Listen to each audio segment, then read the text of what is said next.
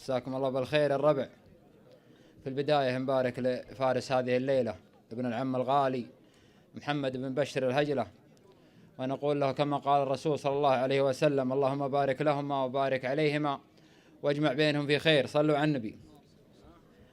هاضت هواجيس القصيد الجزل وانباح استار، وانزاح عن وجه الفرايد سترها وقناعها، ورسمت لي درب يوديني على ذاك المسار، وحروف فكري تذهل عقول العرب واسماعها. شاعر وميقافي يجمني مع طوال العمار، ما غطت الشمس النهار اللي قوي اشعاعها. وان جات ساعة وقفتي والله ما قدمت اعتذار، اقف مواقيف الحرارة اللي طويل انباعها. كفكم الطيب. وان جات ساعة وقفتي والله ما قدمت اعتذار، اقف مواقيف الرجال اللي طويل انباعها.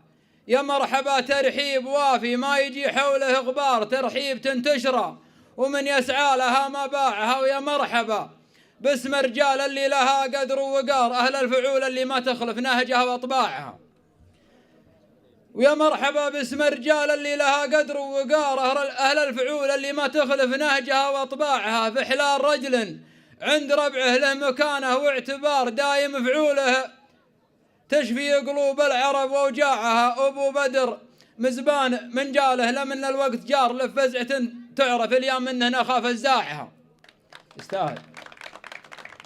وابوه واخوانه لهم سمعهم الروس الحرار، وصقور في وقت الهدادي نمسك مطلاعها. متوارثين الطيب يوم الطيب ما هو مستعار، ما تكسبه غير الرجال بفعلها وذراعها. من لابتن وقت الملاقى لعت لو قبل مهار، ما يهتني في ديارهم وحدودهم طماعها. ذوي فرج وافعالهم تعرف على وضح النهار، وغزواتهم تشبع بها طيور الفلا وسباعها. ذوي فرج وافعالهم تعرف على وضح النهار، وغزواتهم تشبع بها طيور الفلا وسباعها. والله يتمم فرحة محمد ويرزقه بن بار، وادعي عسى المولى يتمم فرحته بانواعها. واختامها يلا تجمني بحسن الاختيار، وانك تجمني على الجزله ونظم ابداعها. سلامتكم.